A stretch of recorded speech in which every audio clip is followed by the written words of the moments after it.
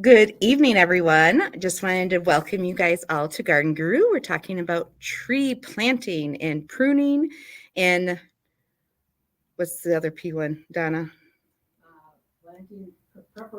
Preparation, planting, and pruning tonight. No one is here in person, so we have just the live audience. So if you have any questions during the presentation, make sure you put them in the chat. We'll make sure that Donna or I can answer them. I'm Andrea from the library, and I want to welcome everybody tonight. And I am just going to step right out of the way and let Donna take over. She is a master gardener volunteer from Wood County, and she does these programs for us out of the kindness of her heart. And she has so much information to share, and we're so happy that she shares it with all of us. Take it away, Donna. Okay, we're going to talk about tree preparation, planting, and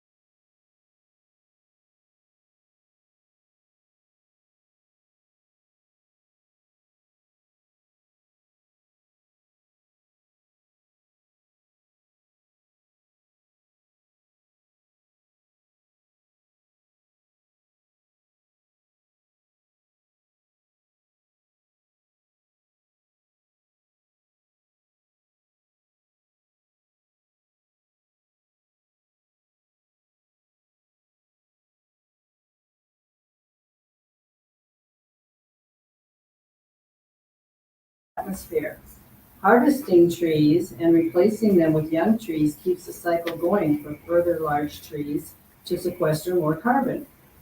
Depending on the placement and types of trees, they can serve as shade for our homes in the summer, reducing cooling costs and making the air temperature more tolerable in the summer. In the winter, they can act as windbreaks to decrease heating costs. Either way, it means less fossil fuels being used to heat and cool our homes. Because of their vast underground root systems, they serve to hold soil in place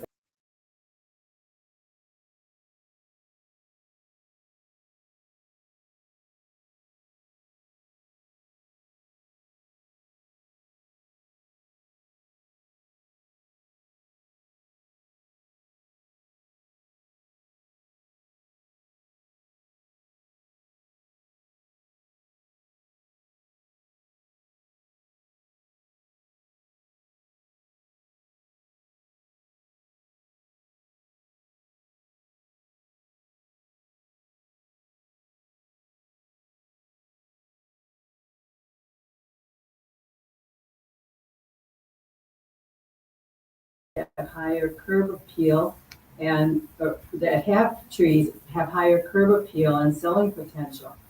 Flowers also feed pollinators, fruits, and leaves while sustaining wildlife, insects, and birds. Trees and other plants can also be used as screens for privacy, or hedges can serve as barriers to traffic between yards or to define areas in the landscape. So there's many uses for trees. We need to consider several things though before we even start to plant a tree. Consider the spot where you want to plant the tree. If you are going to invest in the cost of a quality tree, put in the work to plant it and tend it, and then starting the process long before you purchase the tree and plant the tree. The soil in the area where you plant the tree will have a great effect on the success of the tree. Soil has many qualities to consider. What is the soil pH? Is it alkaline or acidic or neutral? Some trees prefer one end of the acidity scale to the other. The texture of the soil refers to the size of the particles that make up the soil. Is it loose and coarse, tending to a sandy texture, or is it fine and dense and gooey when wet, which is typical of clay soils? Or is it the most desirable loam soil, which has a balance of mixture of particles? Does it contain organic matter or humus? And what is its nutrient content? The best solution to all of these questions is to take a soil test. Next, consider the soil moisture level. Is where you want to plant the tree in an area where water tends to collect and maybe even puddle for a short time after a rain? Or is it at the top of a hill, like in the background picture here on our slides? Some trees prefer to have wet feet and others do not. Is the site where you want to put your tree in the shade of other trees or buildings? Will other trees grow up to shade this new tree? Check the site in spring, summer, and fall because light levels may be different depending on how high the sun is in the sky. In the areas of deep shade, is it light shade, very deep shade, or dappled shade? Different trees can accommodate different levels of light. What is your hardiness zone? This refers to the minimum temperatures in the winter. Most of Wisconsin is in either 4A or 4B, with zone 3 in the far north and zone 5 in the south and southwest. If you plant a tree with a smaller zone number than where you live, you risk killing the tree with winter damage. For example, a tree for zones 4 to 7 will likely at some time in its life be damaged if you plant it in zone 3. What is the slope of the land? Is it appropriate to support a tree and other forms of vegetation? Or would other things be a more appropriate thing to place on that slope? Slope determines how fast water runs off too. Will the tree need extra water to keep it adequately watered? Some trees are more brittle than others and do not do well in an area that is exposed to strong winds. You may have a microclimate, and that may be the difference between success and failure. A microclimate refers to an area with a modified growing condition from the rest of your yard. It might be the leeward side of a building that's out of the wind, behind a hedgerow that is more sheltered, or it could be maybe a low spot in your yard than the rest of the lot, and the colder air will pool in this lower part of the yard. So it might be as much as a half a zone colder in that area than the rest of your yard. What about planting it next to a road where it gets salt residue? Is the tree you would like to plant okay to exist in those conditions? How about against the south side of a light-colored building in the full sun? This is very intense sun, and not all trees like to have that intense level of sunlight. What's above refers to looking up at the site where you want to plant the tree. Are there power lines, telephone lines, anything else the tree may grow up into? What's below refers to always checking with Digger's hotline about utilities that are buried underground, and never ever dig without calling at least 3 business days before to have someone come and mark the buried lines. Also, is there a parking area there or some other soil compacting activity where you want to plant a tree? Have you ever had a black walnut tree growing in that area? It leaves behind some chemicals that make it hard for other trees to grow. In summary, you need to know the conditions of the site and then match the tree's needs to your conditions. It might mean substituting a different tree than your first choice, and that would be more suitable to the planting site. You'd be better off growing a second choice tree than a sickly first choice that may eventually die. Always plant by the gardener's motto, right plant, right place. And one more thing to consider. Does your tree have any significant pest or disease issues? We know that our ash trees are right now under great attack from the emerald ash borer, just like the elm trees were with Dutch elm disease a couple generations ago. So some trees are also more likely to get certain diseases. Um, Blue spruce, Colorado blue spruce, it's native to Colorado and it doesn't do as well here in Wisconsin as it does in Colorado. Does the tree have any bad habits like dropping fruit or seed pods that you need to clean up regularly or that may stain your driveways, walkways, patios, or vehicles? So do some research before you select your tree. And maybe one of the favorite things you like about your tree may also be one of the things that might become a real thorn in your side later, like cleaning up after that tree. Now we're going to talk about some tree planting terms here. So when I say these terms, you know what I'm talking about. Soil grade is the level of the soil where you want to plant the tree. And here it's a horizontal level. It could be also a slope where it would be going like this, following my pointer. So you want to always plant the tree so that its root flare is at or above the soil grade. The root flare refers to this part of the tree that flares out where the trunk comes to meet the roots. And that is a very important part of the tree to know and identify that correctly when you're planting a tree. Some things that happen if you do not do this, you could have girdling roots. And you can see here where a root was actually removed that was growing around the tree. Here's another one that's also coming around the tree. And in that case, these roots can actually strangle the tree. As a tree grows bigger, it grows into these roots. The bark bumps up against it and it shuts off the nutrients from coming up from the roots to the top of the tree. And the tree slowly dies a withering death. Probably might take 5 to 10 years for the tree to completely die. Another thing that you will find with trees is called circling roots.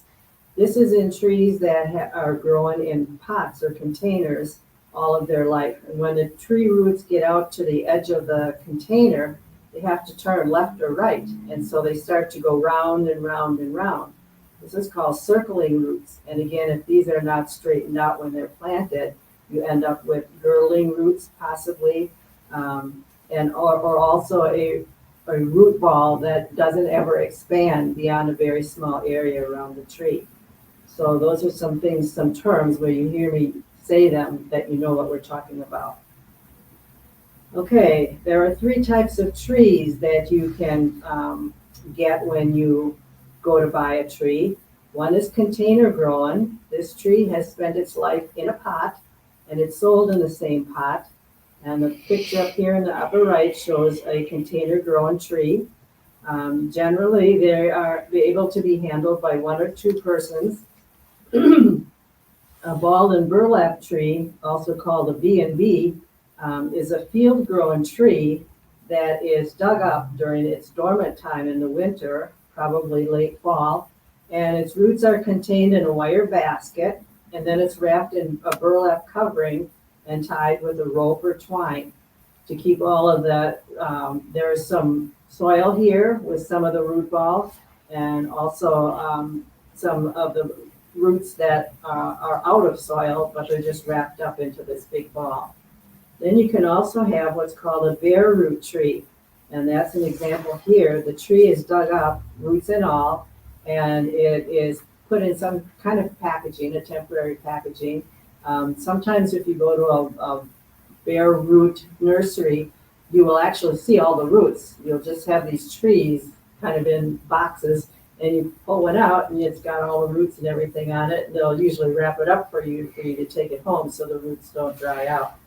But it's kept under refrigeration so it stays dormant until it's planted. And you can see an example of this here. This one is very light to handle. One person can easily handle a tree.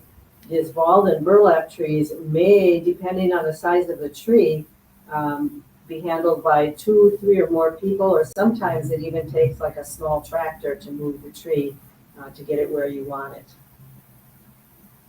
Okay, pros and cons of some of the stock types. Trees are usually bigger and older compared to bare root trees, those that are balled and burlap or in container grown. Many species are usually available. The container grown trees, it reduces some transplant shock because all of the roots are contained in the container. None of them have been cut off while they are being dug up. Planting, however, is heavy work, and it may require some extra machinery as well as a couple of extra people to handle the tree, depending on its size. It can be planted, however, at any time of the year, so that means it could be planted spring, summer, or fall, although planting trees in the summer is a little bit more riskier than planting them in the spring or fall. There's a great risk of root girdling with these container-grown trees because the roots naturally are growing round and round and round in the pot. So you have to straighten them out or do something to actually get them to grow out from the tree and not just around and around. It's usually a little bit bigger tree, small to medium size. It can be root bound, and it's the second costliest of the three. I want to go back for a minute to see here when we talked about here. In this picture, you can see if the roots are really, really, really bound together and you can't pull them apart or tease them apart at all, you may have to make, we lost it again. You may have to make some cuts down the side of the root ball, maybe about 4 of them, 3, 4 of them around the root ball, and then kind of tease some of those roots out so they're growing out from the center of the ball instead of going round and round, to get them in the idea that they're going to grow out instead of just keeping growing around. Okay, balled and burlap trees, there are many species available of these too. There's a lot of root loss due to the digging and greater transplant shock, so they're going to take a while before they really start to show any growth. They are heavy to move. They usually cost the most of the three. They're slow to get off to growing larger because they have to regrow all of that root system before they can grow taller and bigger. They are most often planted incorrectly because it's hard to find the flare sometimes of these. But they can be planted any time of the year, which means spring, summer, or fall. And again, they're probably the costliest of the three. Bare root trees are very lightweight and easy to handle. They are fast growing because most of the roots are with the tree. They're generally a smaller tree to begin with and the lowest cost of the three. However, there are fewer species available, so you might have a favorite tree you want, but it's just not available as a bare root tree. There's a very limited planting time. You have to buy these in the very early spring and you have to plant them right away. And that means like right away, within a day or two of buying them. They have to be kept dormant also until they're planted. So you would need to have a cool place to put them, like an unheated garage. They're easiest to plant correctly because all parts of the tree are visible. You can see that root flare very easily. So as far as placing it at the right level in the ground, that's a piece of cake when you're using a bare root tree. Getting your tree home. This is sometimes a little bit of a problem too. Never lift a tree by its trunk if it's containerized or balled and burlap. Always lift it by the container or the ball of the tree that's got the burlap around it. Cushion the leaves if you are, putting them into a truck or a vehicle of some kind. Make sure that the branches don't get bent and broken. Shield the top of the tree if it's hanging out of your vehicle. Remember that you need to drive slowly because if you're going 45 miles an hour, that means that the tree is getting whipped with a 45-mile-an-hour wind. So you need to drive a little bit more slowly and take care to get your tree home in one piece. Um, you need to store a bare root tree in a cold, dark place until planting. So that means you want to plant it within, I would say not more than a week of when you get it. You don't want it to start budding out before you're ready to plant it. Okay, let's talk about planting the different kinds then. If you're planting a ball and burlap tree, you open the top of the ball enough to make 2 measurements. You can see here, I tried to draw a little diagram. This is the top of the burlap that's kind of around the top of the tree. This might be the soil line. It might be way above the root flare, which is down here. So you want to open this top just enough to look inside and see, can you see the root flare at all? If not, take like a rod or a screwdriver and push it down into the soil until you hit the first root that's going horizontally. Do that in 2 or 3 places and average those measurements. And then take a measurement from the soil line to the bottom of the root ball and subtract the blue number from the purple number. Okay, so that will give you this distance here, and that's how deep you're going to make the hole for the tree. The other thing you need to measure is the width of the tree here, the width of the ball. Usually these roots would be way out here and lots more of them. And then you need to dig your hole 3 times, whatever that measurement is, of across the root ball. Okay. You need to dig a hole according to those measurements, so as deep as the root ball and 3 times as wide. So you have a big, wide, shallow hole generally when you're planting a tree. The sides can be sloping down to the bottom of the hole. Then you place the root ball in the hole, remove the string or twine or rope or whatever is used to tie the burlap. Remove the burlap and discard that, and then remove the wire cage. Now you may have to take that whole tree and kind of tip it to the side a little bit in order to get like the burlap out from underneath the tree and to cut the wire cage from the bottom. Or bend it far enough to get the roots out and get the cage out from under the tree. Then take the roots and generally tease them out into like a radiating spokes from a wheel and spread them out toward the edges of the hole as much as possible. This is why your hole needs to be like about 3 times as wide as the ball of roots. Brush off the soil from the top of the root ball until you can locate the root flare. And it could be a couple of inches of soil before you get to the root flare. And make sure that that is located at the grade, the soil grade. So before you start filling in the hole, you can take like a shovel handle or something and lay it across the hole and see if the root flare is going to end up at or above the soil grade.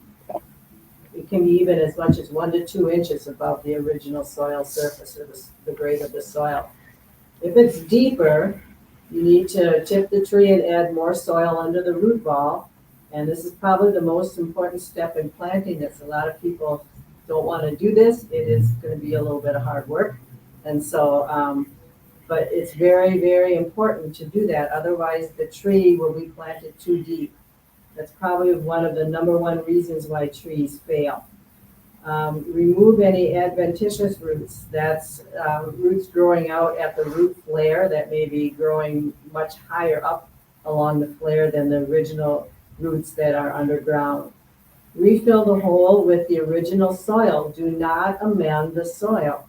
Otherwise, the roots will get out to the edge of that hole and say, whoa, this stuff out here isn't as good as the stuff in the hole. I don't think I'm going to go any further.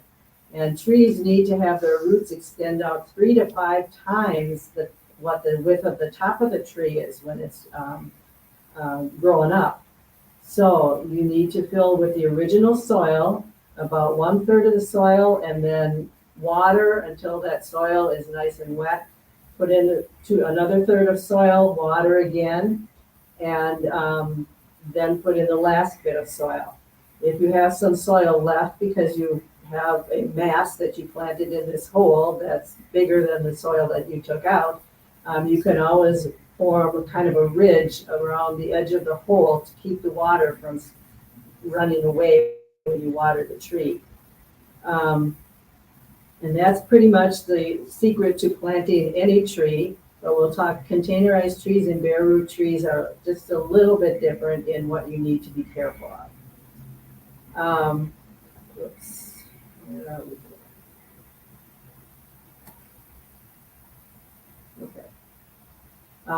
A containerized tree, as we talked about, is a little different. It often has those circling roots, and you have to be careful to loosen as many of those roots as possible and spread them out towards the edge of the hole.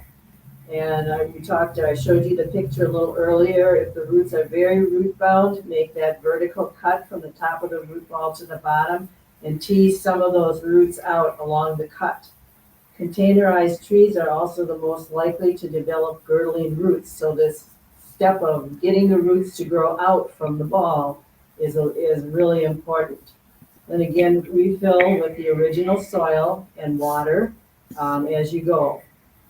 Bare root trees are probably the easiest to plant because you can see the root flare readily, but they require the most care to keep them in good shape until you actually put them in the ground. So if you can't plant it immediately, store it in a cold, dark place. Keep the packing material around it moist. When you get ready on the day that you're going to plant the tree, soak the tree roots for about an hour to 2 hours before planting. Keep the roots moist and out of the sun the entire time until you're ready to put it in the hole. Estimate the width and the depth of the hole to be dug again, and then place a cone or a little hill of soil in the center of your hole that you've dug, and adjust the height so that the root flare is above the soil grade. Spreading out the roots and slowly filling the hole. Check that as you fill the hole, the tree doesn't sink down.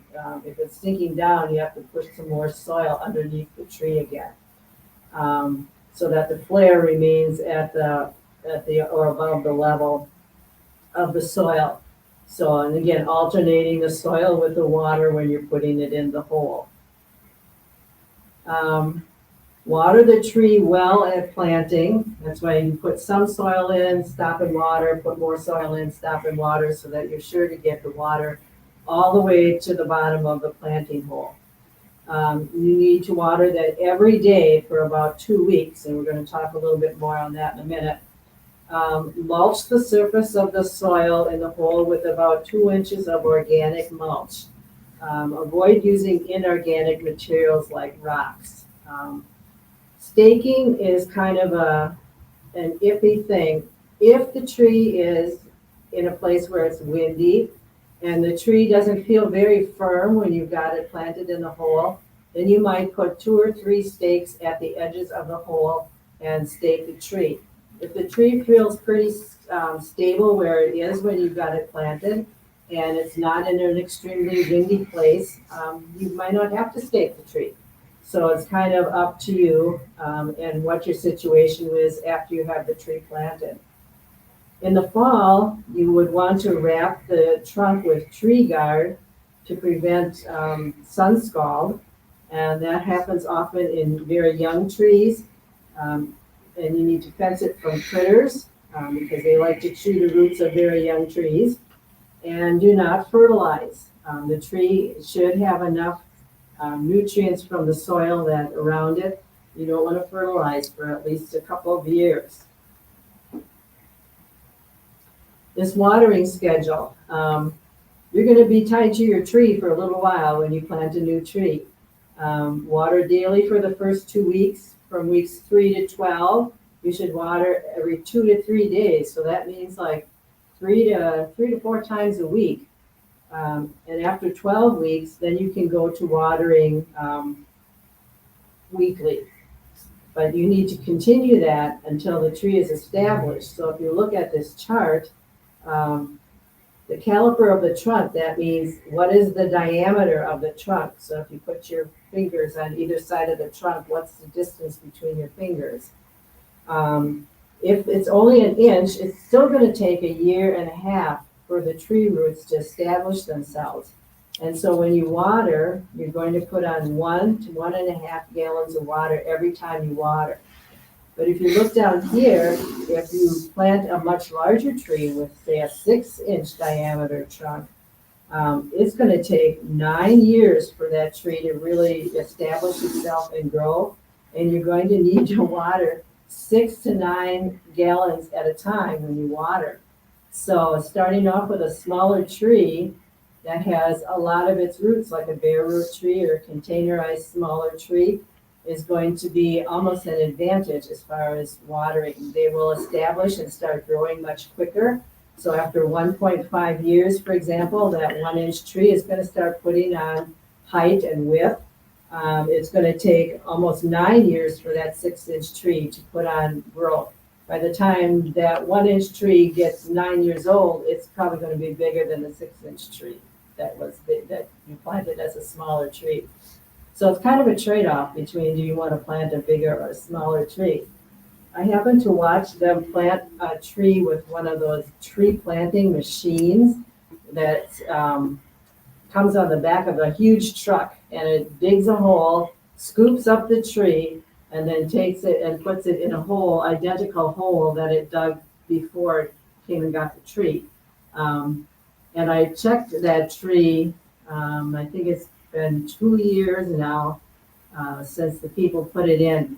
And they had to prune it, almost all of the top off of it. So it's got all these stubby, big branches with little shoots coming out. It's kind of an ugly tree. They probably would have been better off starting with a much smaller tree. I wouldn't say that it has grown any since then. It's just put out a lot of little twigs. So, as far as thinking I'm going to put in a bigger tree because it's going to get bigger faster is not always true when you're planting trees. Pruning trees, not too much is needed when it's a young tree. Usually if it's bought in a nursery, it's pruned appropriately. A lot of the branches have been removed so that there's not a lot of extra top growth so that the roots can keep up with the growth of the top. You can also prune off, though, if any of the branches got broken or if there's those adventitious roots that are coming up right along the bottom of the trunk at the root flare. Shade trees, if your tree is a shade tree, not a fruit tree, should be pruned so that it has a single leader. And I have a picture later that means that there's one main stem of that tree, and then the branches should be distributed evenly around the trunk as the tree grows. It depends if it's an alternate growing tree or, I can't think of the other term now. Anyway, the two leaves grow out at the same place. Alternate is one grows out here and the next one grows out in the other direction. So the branching of the tree will determine how the branches will come out, but you want them still to be distributed evenly around the tree.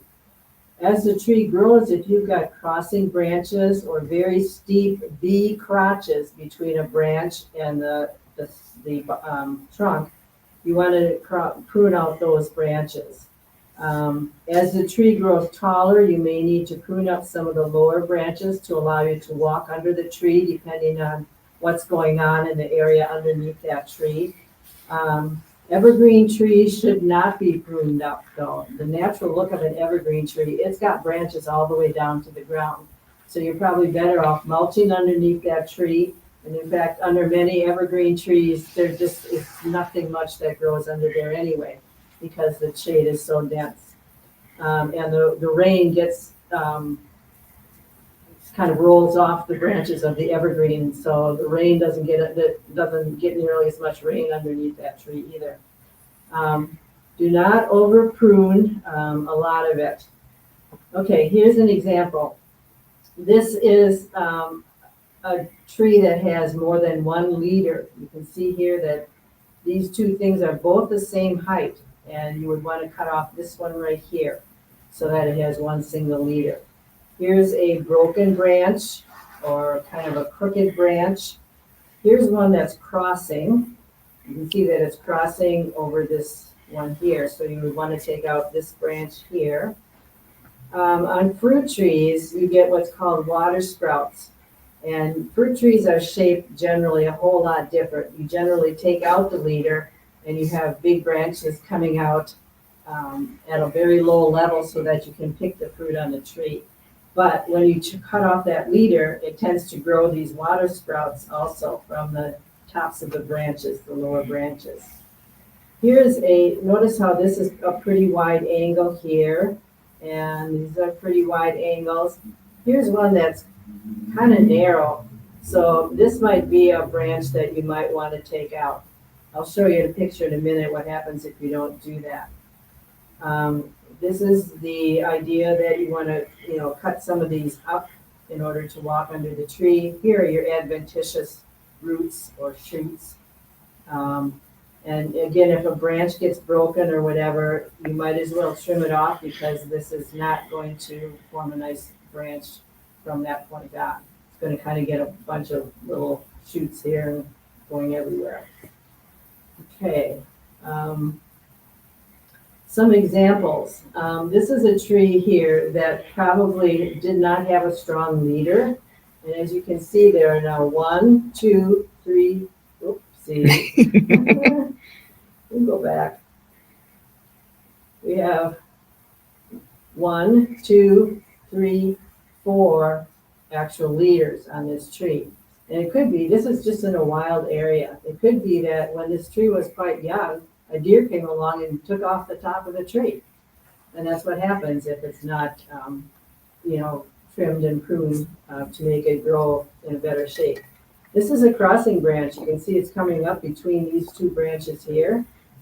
And again, this is a wild tree, and for the most part, its branches are coming out at nice angles, but it's got this one that's growing right up the middle.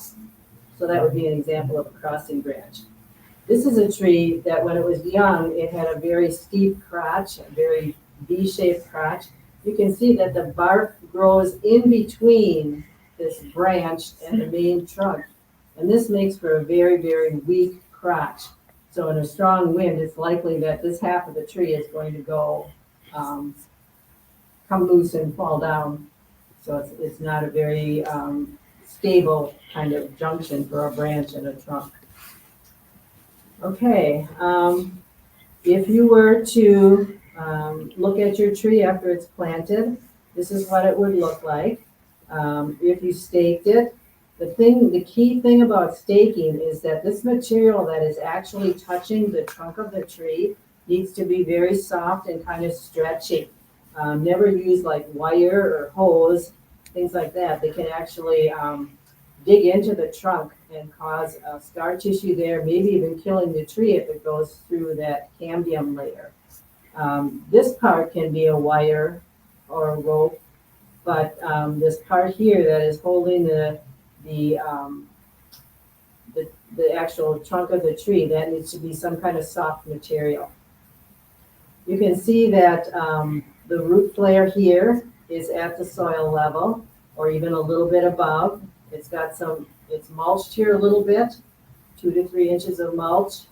And this was the original soil grade. So you can see that it's slightly above the grade.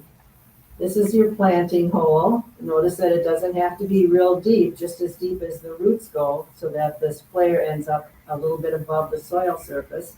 But it's quite wide compared to the container. This looks like it was a containerized tree. Quite wide compared to the containers, so that you're encouraging the roots to grow out rather than going around and round and round. So kind of to summarize everything in a slide or two here, match your tree to the site conditions. There are 3 types of tree stock. Each has its special pros and cons for planting. The planting hole should be as deep as the roots and about 3 times as wide. The root flare should end up 1 to 2 inches above the soil grade. The roots must be spread out towards the edges of the planting hole. Do not amend the backfill soil, so don't add fertilizer, compost, peat moss, or any of those other things. Water thoroughly and tamp the soil lightly to settle it when you're planting. Mulch, stake if needed, prune only the broken branches for the first year or two, and stake if needed with the soft material against the trunk. It's important to remove the stakes not more than a year after the tree has been planted. The tree actually needs to move a little bit, so when you tie the stakes to the tree, allow it a little bit of wiggle room. That makes the tree, can sort of think of it as exercise, and as the tree moves, it tends to grow more trunk material, a thicker trunk, and just like when we work out, we get bigger muscles. So you can think of it as tree exercise to allow that tree to wiggle a little bit in the wind. And then continue to water for a longer time than you really think is necessary. You think maybe after 2 years, I don't have to water this tree anymore. That might be true for a very, very small tree, but for most of the trees that people plant, if you plant a bigger tree, you can have to water up to 9 years to keep that tree alive. So it's very important to continue to water, especially if we have drought years. Even mature trees can use water in a drought year. So I don't know, do we have any questions? None. Okay. And I forgot to put my slide on of how to find material that's reliable and research-based. And I will say it slowly. You can either add the word extension, extension, after your inquiry, like say how to plant a tree, extension. Or the other ending you can put on is how to plant a tree site, SITE, .edu. So either one of those. And again, if you're looking for reliable sites, you want to pick something that comes up in the search list that is close to the conditions where you live. So in Wisconsin, that might be Minnesota, Iowa, Illinois, Michigan, New York, even though it's not close to us, it has the same kind of climate that we do. You wouldn't want to pick out an article from Texas or California or Florida, because their growing conditions are a whole lot different than ours. So if that's all we have, I hope that people who watch this online have gotten some information that would be helpful for them if they're thinking about planting trees. And for those of you who are watching the recording later, if you have questions, you can always get a hold of the Extension Master Gardeners, your Extension agent in your county.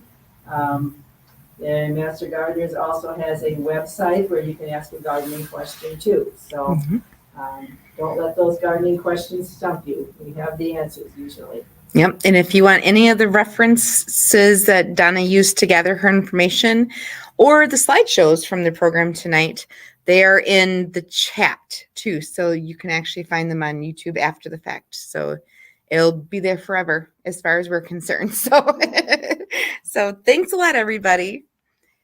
Have a good night.